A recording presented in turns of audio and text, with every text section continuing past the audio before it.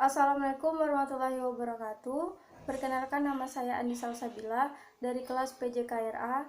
Nomor induk mahasiswa 20031500031. Di sini saya akan mempresentasikan hasil PowerPoint yang telah saya buat tentang perkembangan olahraga di Indonesia.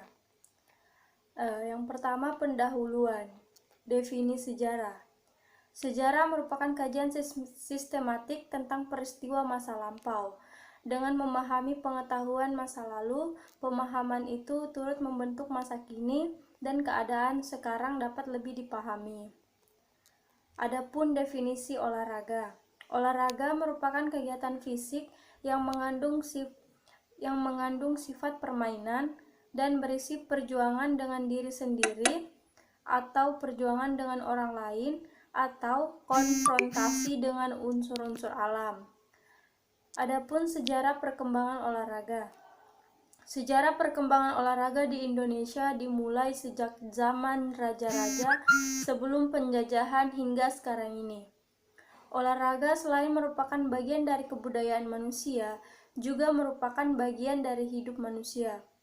Sejak berdirinya olahraga, sudah ada yang berbeda dengan apa yang dilakukan sekarang, yaitu melatih ketangkasan fisik, diantaranya agar dapat mempertahankan diri berupa kegiatan mencari makanan atau berburu, dan mempertahankan diri dari serangan musuh dan binatang buas.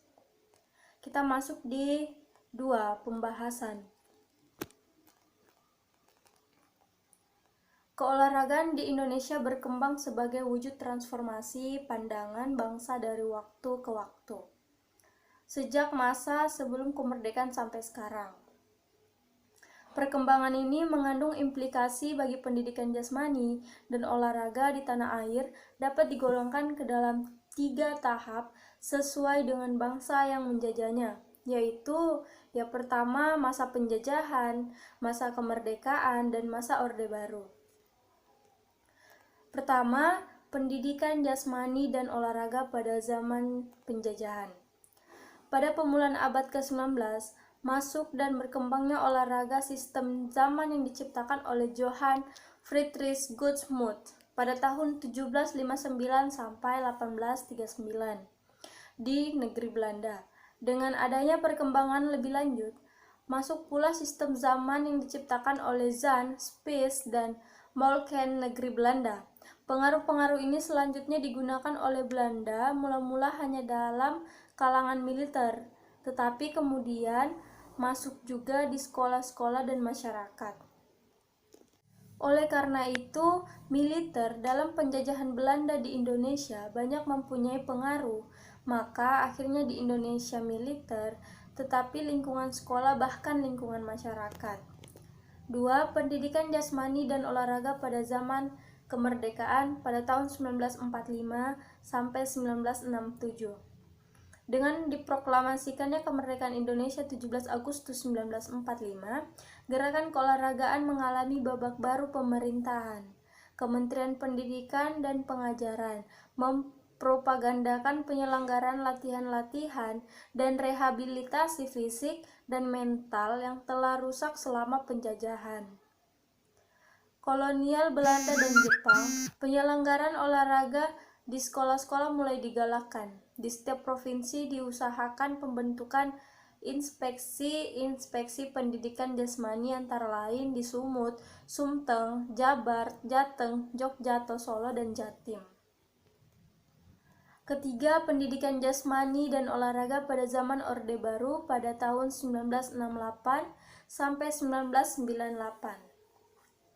Departemen olahraga dibubarkan pada tahun 1966, dan setelah itu olahraga diusahakan kembali kepada proporsi dan fungsi yang sebenarnya, yaitu merupakan kewajiban kegiatan manusia yang mutlak diperlukan dalam kehidupannya sesuai dengan kodrat ilahi, serta merupakan salah satu sarana yang untuk mencapai cita-cita hidup sesuai dengan falsafah yang dianutnya. Keempat, pendidikan jasmani dan olahraga di sekolah dari masa ke masa.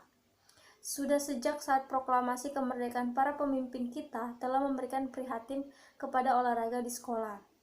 Hanya saat itu istilah yang digunakan adalah gerak badan. Perkembangan olahraga di sekolah selanjutnya mendapat pengaruh penulis-penulis Belanda, Australia, dan Amerika Serikat, dan kalangan pendidik menggunakan istilah pendidikan jasmani. Adapun kelima, masa pendidikan olahraga dan penjaskes pada tahun 1978 sampai sekarang.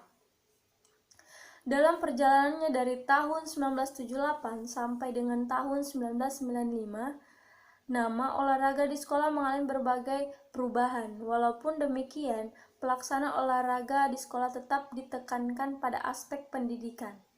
Diberikannya penjaskes sebagai rangkaian isi kurikulum sekolah bukanlah tanpa alasan, karena kurikulum yang merupakan seperangkat pengetahuan dan keterampilan merupakan upaya sistematis untuk membekali siswa atau peserta didik untuk mencapai tujuan tertentu. Dalam hal ini adalah menjadi manusia yang lengkap dan utuh. Tidak ada pendidikan yang lengkap tanpa pendidikan jasmani, dan tidak ada olahraga tanpa media gerak. Karena gerak sebagai aktivitas jasmani merupakan dasar alami bagi manusia untuk belajar mengenai dunia dan dirinya sendiri. Ada juga kesimpulan yang telah saya buat, yaitu pendidikan jasmani dan olahraga di Indonesia yang mula-mula dibawa oleh Belanda sudah barang tentu sesuai dengan keadaan di negeri Belanda sendiri. Namun, berkat kesadaran bangsa Indonesia akan kebudayaannya, meskipun dengan beberapa tekanan dan paksaan dari pihak penjajah, kebudayaan asli Indonesia masih dapat dipertahankan. Oke, sekian dari saya. Mungkin hanya itu yang bisa saya sampaikan. Bila ada kata-kata yang tidak mengenakan di hati teman-teman dan dosen, saya minta maaf atas ketidaknyamanan teman-teman dan dosen. Assalamualaikum warahmatullahi wabarakatuh.